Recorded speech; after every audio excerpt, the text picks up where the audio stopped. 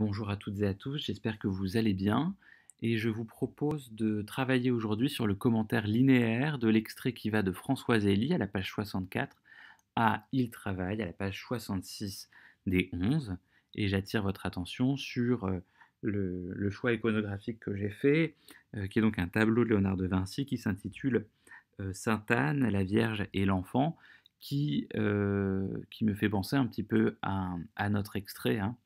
Je vais vous expliquer tout de suite pourquoi. Pour commencer, donc, il faut situer notre extrait et dire qu'il se trouve dans la quatrième partie consacrée à l'enfance à Combleu.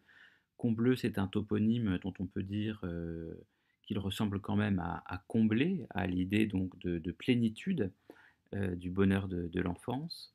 L'évocation de l'Empire perdu à la page 62 met l'accent sur la relation à la mère et à la grand-mère, Suzanne et Juliette, et c'est pour ça donc que j'ai choisi ce tableau de Léonard de Vinci. Il y a quelque chose dans cette structure familiale qui évoque donc la famille du Christ. Et on nous reparle de l'absence du père à la page 62, motif récurrent, hein, on l'avait vu dans Les Vies minuscules et dans Rimbaud le fils. Page 62, je ne crois pas qu'il ait souffert enfant de l'absence de son père. Et c'est à peu près dans les mêmes termes que Michon parle de l'absence de son père. Dans Le roi vient quand il veut, à la page 40, on peut lire je ne suis plus si sûr d'avoir, comme on dit, souffert de l'absence de mon père. Donc vous voyez qu'il y a quelque chose ici de presque identique, hein, dans la formulation qui autorise, encore une fois, l'identification, en tout cas le rapprochement entre Michon et François-Élie Corentin.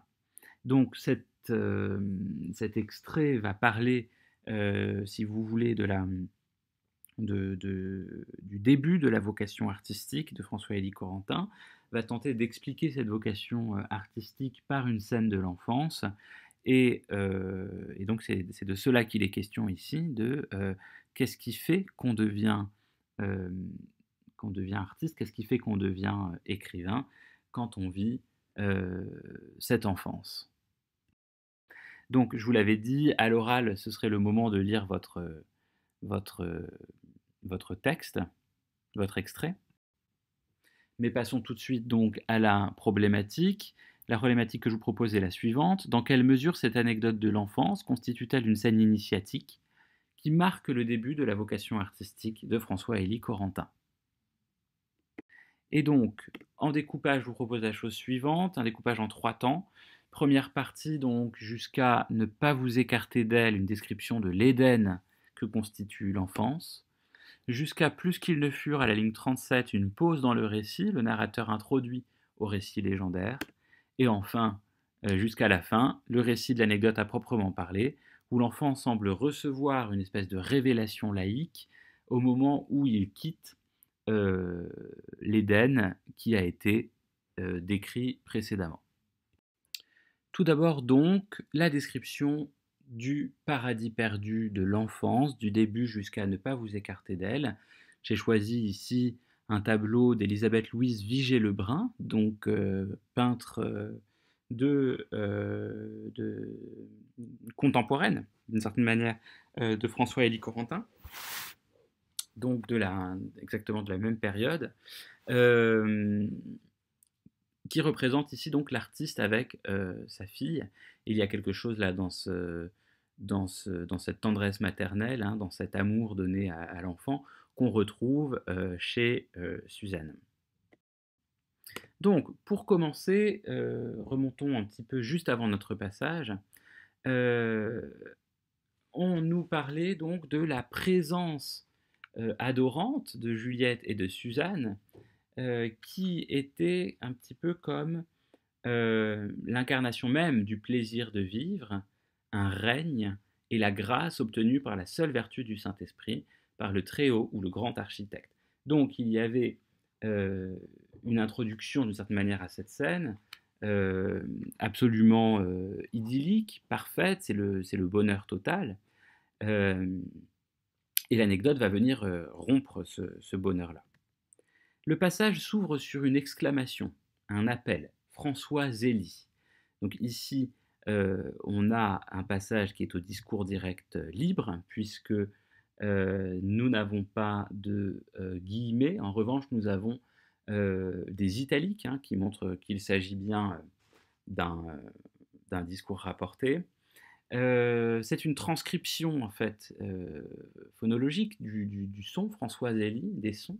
Et la liaison ici entre les deux prénoms qui sont reliés normalement par le trait d'union est ce qu'on pourrait appeler une liaison dangereuse, hein, puisque elle n'est a priori pas correcte. Elle est donc à la limite du pataquès. Et on est du coup dans l'appellation un peu enfantine, ou en tout cas infantilisante, pas du tout dans le nom du peintre de légende, hein. Donc ce discours direct libre fait entendre la voix en l'intégrant à la narration. Il s'agit de rendre le récit vivant. Et il y a une autre chose qui rend ce récit-là de l'anecdote vivant, c'est le passage de l'imparfait au présent. On a, euh, on a donc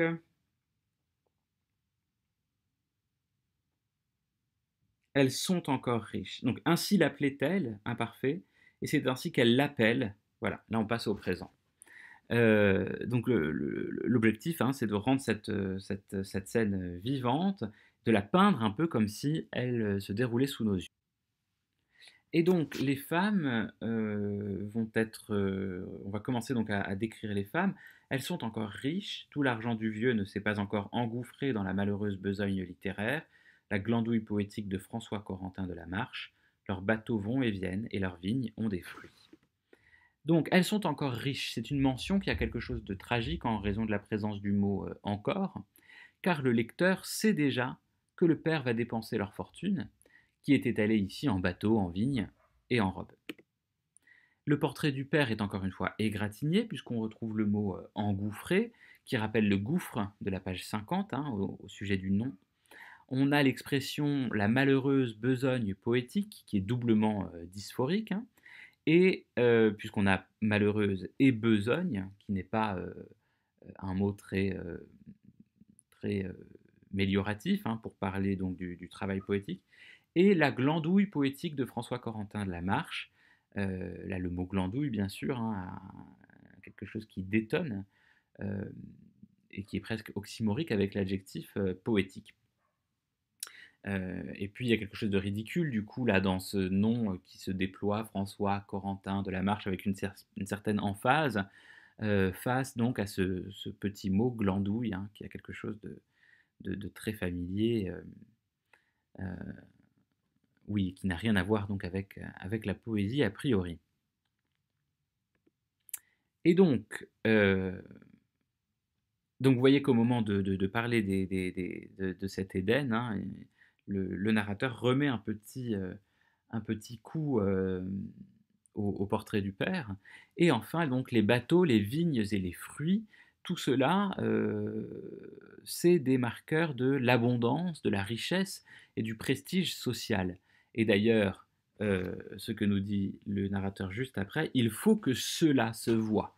Et il y a donc ici une dimension sociale, hein, il faut montrer que l'on est riche. Et le verbe de perception est important ici, hein, puisque nous sommes dans une scène de description et que on peut rapprocher cette description donc d'un tableau. Cette abondance donc et cette préciosité, elle se retrouve dans les robes. Et d'ailleurs, le narrateur utilise ici un champ lexical de précision, hein, quasiment d'historien de la mode, puisqu'il parle de paniers, de robes de faille, de robes criardes.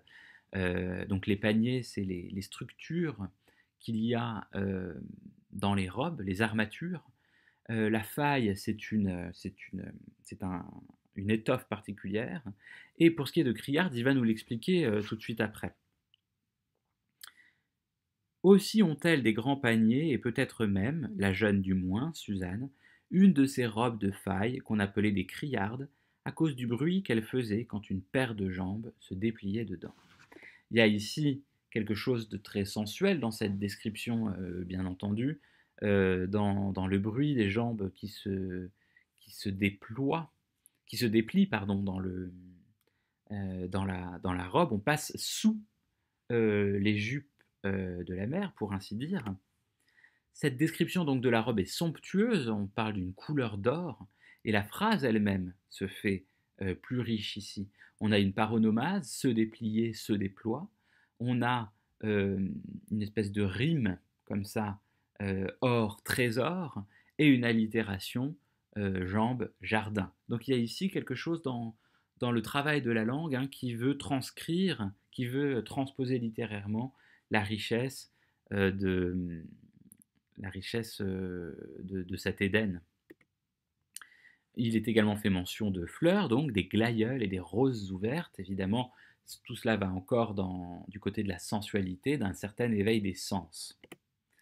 Et l'enfant traverse de manière rapide ce paysage qui semble un petit peu immobile, dans une espèce d'éternité. Et donc cette traversée rapide forme une espèce de rupture. Euh, il est dans un mouvement de fuite, il va vers le canal, il traverse, on le retrouve à travers qui est répété ligne 16 et ligne 17, et le verbe courir à la ligne 17.